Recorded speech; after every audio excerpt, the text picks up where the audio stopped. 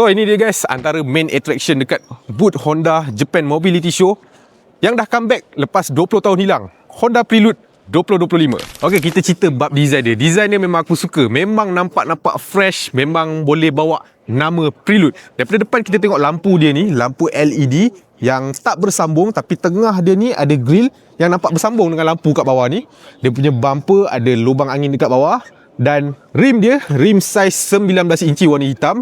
Yang ini kalau kau tanya aku, tak payah tukar dah. Memang nampak cantik. Bahagian tepi, dia punya siluet tepi ni, coupe memang nampak nice. Proportion dia memang cantik. Okay, ini untuk bahagian belakang Prelude 2025. Dia punya lampu LED bar daripada hujung ke hujung yang memang nampak nice. Nampak identiti sendiri, tapi ada nampak ala-ala Porsche sikit. Dia macam campur sikit lah. Walaupun nampak macam Porsche, tapi sebenarnya dia Honda Prelude. Ada diffuser sikit kat bawah. Lepas tu, dia punya bonnet belakang, dia pakai boot manual lah, tak ada power boot. Tak perlu benda tu, sebab benda tu berat. Ok, ini bahagian dalam Prelude 2025. Macam kita boleh tengok, dalam dia memang similar dengan Honda Civic. Lebih-lebih lagi bahagian dashboard dengan steering ni. Dashboard ni dia berbeza sikit, dia ada logo Prelude kat sini. Lepas tu dia punya corong aircon dia sampai sini. Lepas tu ada honeycomb dekat tengah. Dan dia punya steering pun sama, cuma dia flat bottom. Tengah-tengah dia punya center console, dia ada gear selector pakai button. Yang ni kita boleh nampak sama macam dalam EN1.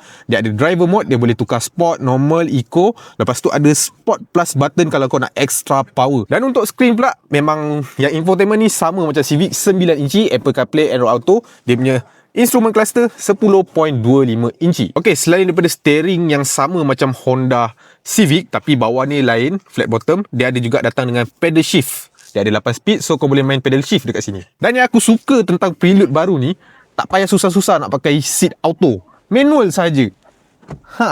Senang, ringan. Sport seat. Lepas tu dia punya kedudukan driving ni memang orang kata driver centric lah. Memang untuk memberi kau kepuasan semasa memandu. Dia punya configuration seat pula 2+2, depan 2, belakang 2. Tapi yang belakang 2 ni, aku rasa kalau aku masuk, aku tak boleh keluar balik. Jadi untuk power figure Honda Prelude 2025, menariknya enjin digunakan enjin yang sama seperti enjin Civic EHEV RS. Enjin 2.0 liter NA, dia pair dengan dua motor elektrik dengan transmission eCVT 8 kelajuan. Dihasilkan sekitar 200 horsepower dengan 315 Nm of torque. Dan kita orang dah tanya dekat diorang tak nak masukkan ke gearbox manual dekat kereta ni. Kalau manual kan lagi sedap nak drive.